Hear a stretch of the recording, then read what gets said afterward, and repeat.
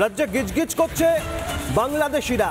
Rajarhat, new town, Bidhannagar, ভাঙড় বসবাস অনুপ্রবেশকারীদের। অনুপ্রবেশ ইস্যুতে আজব সাফাই রাজ্যের পরিবহন মন্ত্রীর। অনুপ্রবেশকারীদের অনাবাসী শ্রমিকদের সঙ্গে তুলনা। কাজের সূত্রে অন্য দেশ থেকে আসে এখানে, যুক্তি রাজ্যের পরিবহন মন্ত্রী স্নেহাশিস চক্রবর্তীর। আপনাদের দেখিয়েছি পরপর বিধাননগরের উদয়নপল্লী, নিউ টাউনের ঘুনিবস্তি, মতুদ বস্তি, আটঘরা বস্তি, ভাঙড়ের খালপাড়। অনুপ্রবেশকারীরা গিজগিজ করছে। আর রাজ্যের মন্ত্রী বলছেন, পরিবহন মন্ত্রীর বক্তব্য, কাজের সূত্রে অন্য দেশ থেকে আসেন এখানে। আজব যুক্তি, অনুপ্রবেশকারীদের অনাবাসী শ্রমিকের সঙ্গে তুলনা। বাংলাদেশ আর বাংলাকে মেলাবার চেষ্টা।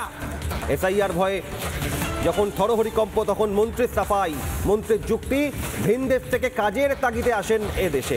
অনুপ্রবেশকারী বাংলাদেশি, তাদের সঙ্গে বাংলার মানুষকে মিলিয়ে দেওয়ার চেষ্টা। অনুপ্রবেশকারীদের কি বাঁচানোর জন্য এই কৌশল, এই বক্তব্য? গিজগিজ করছে বাংলাদেশি। রাজারহাট, নিউ টাউন, বিধাননগর থেকে ভাঙড়, দিকে দিকে অনুপ্রবেশকারীদের বসবাস। আর অনুপ্রবেশকারীদের অনাবাসী শ্রমিকের সঙ্গে তুলনা করছেন রাজ্যের পরিবহন মন্ত্রী স্নেহাশিস চক্রবর্তী।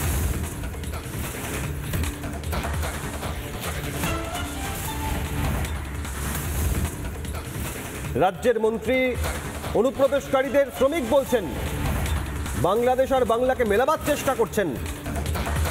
ভোট ব্যাংকের স্বার্থে কি আজব যুক্তি? এসআইআর ভয়ে এই সাফাই। কি বলেছেন রাজ্যের পরিবহন মন্ত্রী স্নেহাশিস চক্রবর্তী, দেখুন। বাংলা থেকে মুসলিম দলে দলে আসার, ভারতবর্ষকে ভালোবেসে এই ব্যাপারটা কিন্তু স্বাভাবিক না।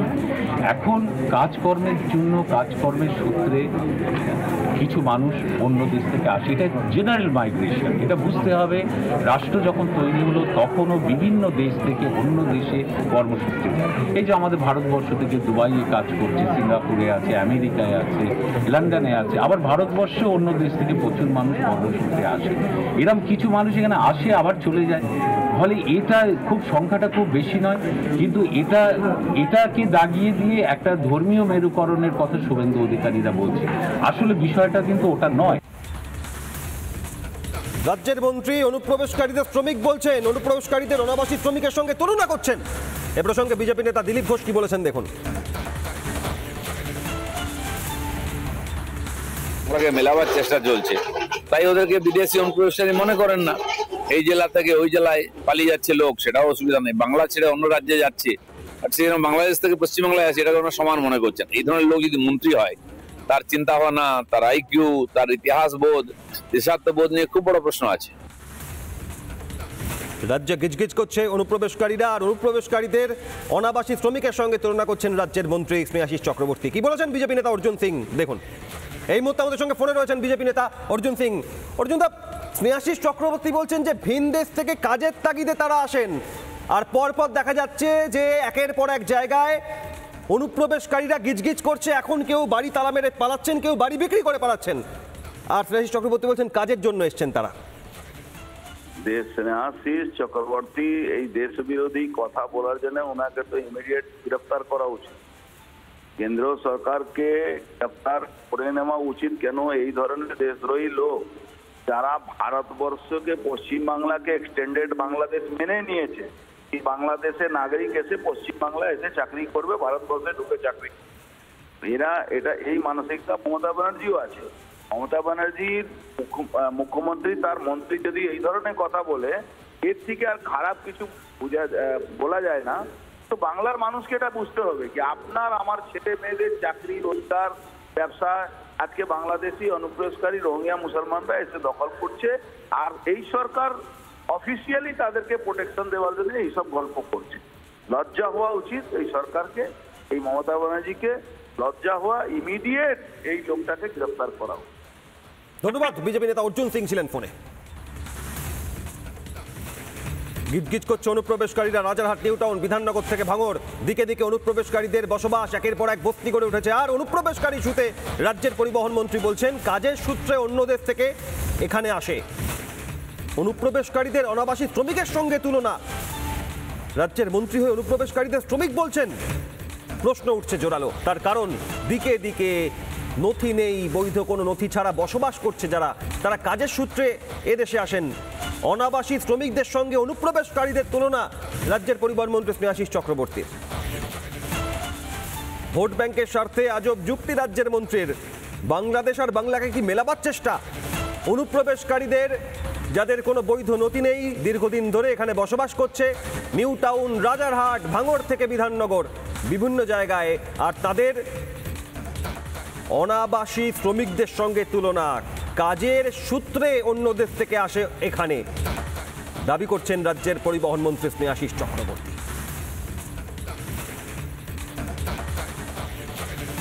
নিউ টাউনের আটঘরা, ঘুনি, মাসুদ, একের পর এক বস্তি থেকে শুরু করে বিধাননগরের উদয়নপল্লী, ভাঙড়ের খালপাড়, একের পর এক জায়গায় অনুপ্রবেশকারীদের ভিড়, আর সেখানে কাজের সূত্রে আসেন বলে দাবি করছেন পরিবহন মন্ত্রী। এই মুহূর্তে আমাদের সঙ্গে বিজেপি বিধায়ক শিখা চট্টোপাধ্যায় রয়েছেন।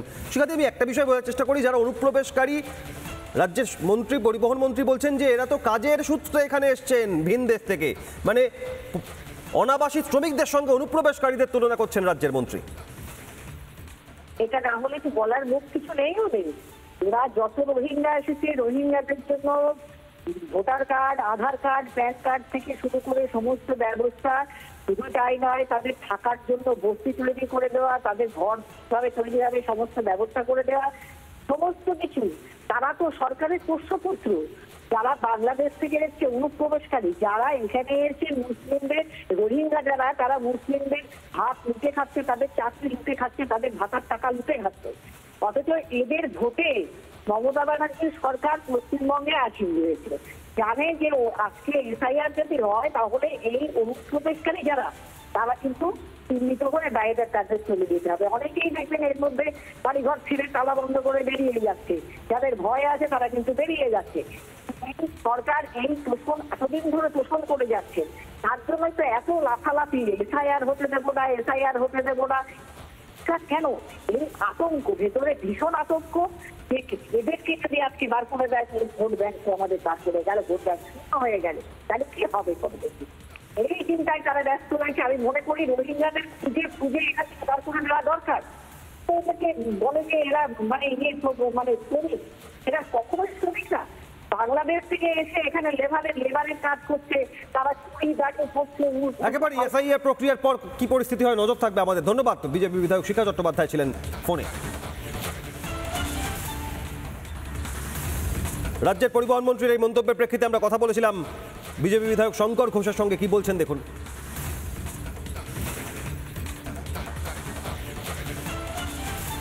তো সীমাহীন বিশ্বের পরিকল্পনা কেউ করেনি। এই যে বিষয়গুলো সামনে নিয়ে আসা হচ্ছে, অনুপ্রবেশকারীদেরকে উৎসাহ দিতে, এবং এরকম দিন আসবে বিশেষ করে পশ্চিমবঙ্গের যারা এই ধরনের কথা বলছে, এই অনুপ্রবেশকারীরাই একদিন এদের মাথার উপরে উঠে নাচবে। এই অনুপ্রবেশকারীদেরকে সামনে রেখেই সিন্ডিকেট তৈরি করা, গ্যাং তৈরি করা, ভোট লুট করা, এই সমস্ত কাজে ব্যবহৃত হয়। আর ওনাদেরকে এখানে শান্তিতে বসবাসের সুরক্ষা তৃণমূল কংগ্রেস দেয়। এটা কিন্তু স্নেহাশিস বাবু আজকে তার বক্তব্যের মধ্যে দিয়ে প্রমাণ করে দিচ্ছে। নানা ধরনের কন্টেন্ট দেখার জন্য লাইক করুন, শেয়ার করুন আমাদের ফেসবুক পেজ, সাবস্ক্রাইব করুন আমাদের ইউটিউব চ্যানেল। পাশাপাশি অন্যান্য ব্রেকিং নিউজের জন্য অবশ্যই চোখ রাখুন রিপাবলিক বাংলায়।